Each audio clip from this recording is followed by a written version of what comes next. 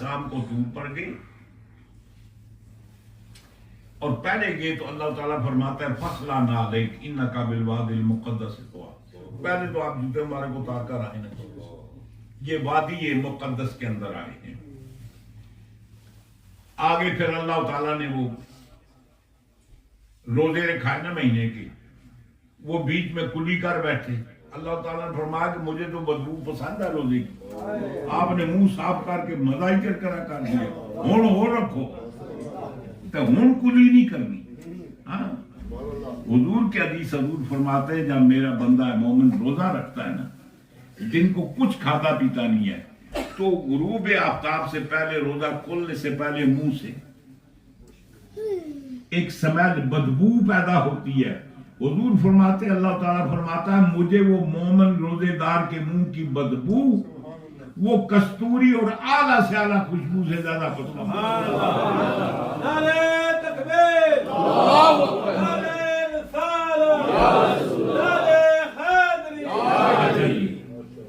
اب موسیٰ علیہ السلام کو جب افاقہ ہوا تو کہتے ہیں میری توبہ ہے جی۔ تو قصہ یہ ہے کہ وہ حضرت جان محمد قدسی کہتے ہیں موسیٰ سے ہوش رفت، موسیٰ سے ہوش رفت بیک پرتوے صفات، موسیٰ سے ہوش رفت بیک پرتوے صفات، تو عین ذات را میں نگری در تبسمی۔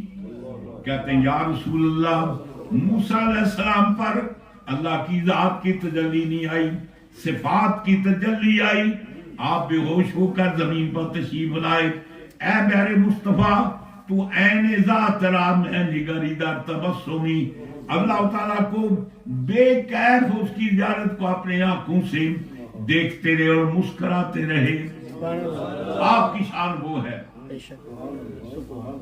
اور وہ کہتے ہیں نا، وہ آپ نے شعر کیسا پڑھا تھا جی، طور پر، وہ آپ نے سید اکبر حسین وارسی جنہوں نے میلاد اکبر لکھا لیتے ہیں، طور پر رفت لامکانی کہاں، طور پر رفعت لامکانی کہاں، لن ترانی کہاں من رانی کہاں، جس کا سایہ نہیں اس کا ثانی کہاں، اس کا ایک معجزہ آج کی رات ہے، اس کا ایک معجزہ آج